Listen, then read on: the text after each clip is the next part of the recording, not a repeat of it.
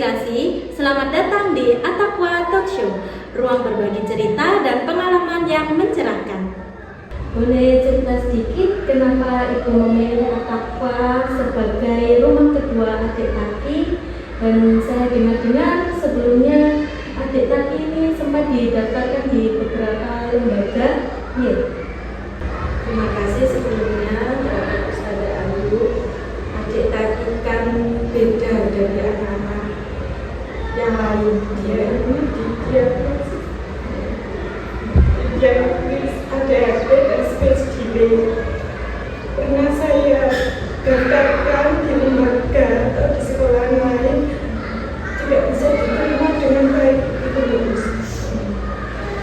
Dia ini harus dispesialkan, tidak bisa berkumpul dengan teman-teman yang lain. Sedangkan pada saat saya periksakan di rumah sakit umum Tuban, adik Taki ini harus kumpul dengan teman-teman sebayanya untuk merangsang perkembangannya. Terus teman-teman yang sudah pernah sekolah di sini itu bilang, terus Mbak, ayo Mas Taki ini didaftarkan di sekolah At-Taqwa. Terus saya ini begini, mau ayahnya ini kan cuma seorang nelayan, apakah saya ini sanggup menyekolahkan Mas Taki di sana? Terus saya ini bismillah bisa. Terus Bu Eni, bundanya Mbak Jida, memanggilkan saya ke sini, daftar ke Ustazah di sini. Terangkan kalau di At-Taqwa insya Allah menerima dengan tulus hati, dengan lapang dada, nikmati dengan kondisi apapun, diterima di sekolah di sini. Alhamdulillah, berarti lewat Mama Zida Ibu ini mengenal At-Taqwa nggih. Selama sudah berjalan 3 sampai 4 bulanan ini, menurut Ibu bagaimana perkembangan adik Taki? Alhamdulillahirabbil alamin, perkembangannya sangat pesat menurut saya, Us. Biasanya itu pertama masuk MPLS itu anaknya kalau berangkat sekolah nangis, nggak mau berangkat, nggak mau mandi, nggak mau. Tapi sudah 2 bulan ini malah yang semangat, ambil sepatu sendiri, ambil pakaiannya sendiri, mau mandi. Alhamdulillah sudah mau pakai sepatu, di rumah juga sudah mau pakai sandal. Dan tingkahnya juga enggak seperti biasanya. Biasanya kan mencolot-mencolot. Sekarang itu sudah, alhamdulillah sudah terkendali. Dan yang paling bagus itu sudah bisa diajak komunikasi. Ayo Mas, ambilkan ini deh, ambilkan ini. Di rumah sudah bisa.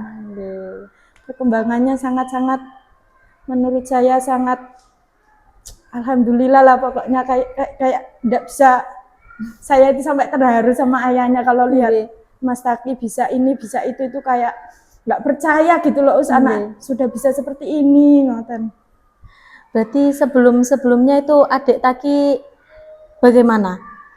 Sebelumnya kan kalau di rumah dia asik main sendiri, nggak bisa diajak komunikasi, kayak dia itu punya dunianya sendiri gitu loh, Us. Sekarang itu sudah mau main sama tetangga, sudah mau. Kalau ada anak kecil lewat itu dia itu sudah mau gitu. Biasanya kan dia nggak mau, kayak komunikasi dengan teman-temannya itu nggak mau, ya memang belum bisa bicaranya itu saja. Tapi kalau soal sosialisasi dengan teman-temannya, insya Allah sekarang itu sudah mulai signifikan ngoten loh perkembangannya. Masya Allah, berarti perkembangannya sangat bagus Gema selama ada di sini. Alhamdulillah. Berarti Mas Taki sekarang sudah mulai bisa bersosialisasi nggih? Daripada sebelumnya 4 bulan terakhir nggih. Alhamdulillah. Mah, terus ini kita mau bertanya. Menurut Ibu bagaimana gambaran lembaga At-Taqwa ini dari segi prasarana, terus ustadzahnya dan lingkungannya bagaimana? Menurut saya kalau untuk adik Taki ya ini ya Us ya, prasarananya sudah safety. Untuk ustadzanya sangat-sangat sabar. Soalnya saya gini, misalnya kemarin kan ada Taki kan pernah muntah, Terus misalnya anak saya ini sekolah di tempat lain, mungkin saya ditelepon ustadzah, disuruh bersihkan anaknya sendiri gitu. Berhubung ini kan di At-Taqwa yang sudah menerima keadaan dan apapun yang terjadi sama anak saya, jadi nggak ditelepon gitu loh, nggak disuruh ke sini. Terus kalau pulang pakai baju bebas itu, setelah itu ustadzah saya WA, tadi Mas Taki ada proyek apa saya gitu. Nggak apa-apa Ma, Mas Taki baik, Mas Taki ini nggak pernah memberitahu maksudnya kekurangannya Mas Taki gitu loh. Misalnya Mas Taki gini-gini itu selalu ditutupi sama ustadzah, yang bikin saya itu kagum dengan ustadzah itu. Kayaknya ustadzah itu gimana ya, seperti anaknya sendiri gitu loh. Belum tentu saya itu bisa sesabar kayak ustadzah gitu loh Ma. Kalau soal pembelajarannya untuk adik Taki, ya memang adik Taki kan belum bisa bicara. Tapi kalau soal yang lain-lain, alhamdulillah sudah bisa. Kan kemarin Ustadzah Titin pernah bilang, Ma saya kemarin belajarin nutup botol sendiri. Dan ternyata di rumah memang iya, ambil botol, buka sendiri, minum, terus ditaruh di tempatnya. Sekarang kalau habis makan di rumah juga biasanya ditaruh di kolong meja atau di mana piringnya. Sekarang itu ditaruh di tempat cuci piring gitu. Habis buka seragam ditaruh di tempat kotor. Kadang kalau mikir, ya Allah, kok ustadzah kok bisa merubah anak saya jadi seperti ini, ngoten loh kok banyak sekali perkembangannya dibanding pas kemarin sebelum masuk ke sini. Alhamdulillah, kok kadang kula niku ngeten, kok bisa ustadzah itu punya ilmunya buat menghipnotis anak-anak.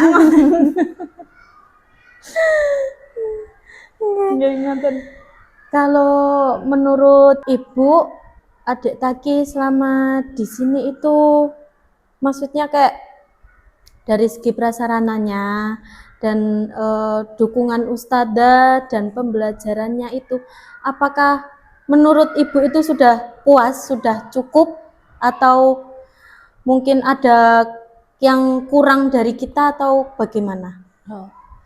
Kalau merasa puas, tapi kalau cukup ya dibilang cukup ya alhamdulillah gitu ya.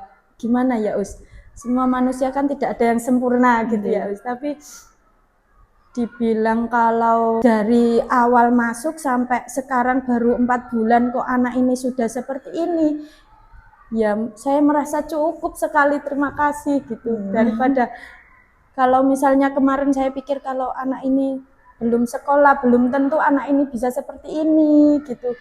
Memang sekolahan semuanya bagus, saya tidak ngomong sekolahan ini jelek atau ini, memang semua sekolahan bagus dan insya Allah saya memilih Taqwa ini tidak salah gitu loh. Ngoten. Insya Allah, alhamdulillah.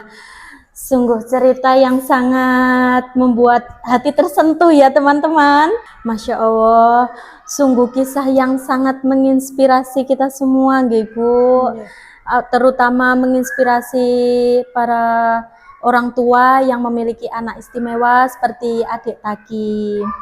Untuk menutup perbincangan kita hari ini, Ibu, apa pesan penting yang ingin Ibu sampaikan kepada orang tua di luar sana yang memiliki anak istimewa untuk memilih sekolah yang bisa mengembangkan dan melayani anak istimewa dengan baik? Untuk ibu-ibu orang tua pilihan yang diamanai anak seperti anak saya, Muhammad Hanan At-Taki, anak yang spesial, anak soleh, insya Allah anak yang bejo dunia akhirat.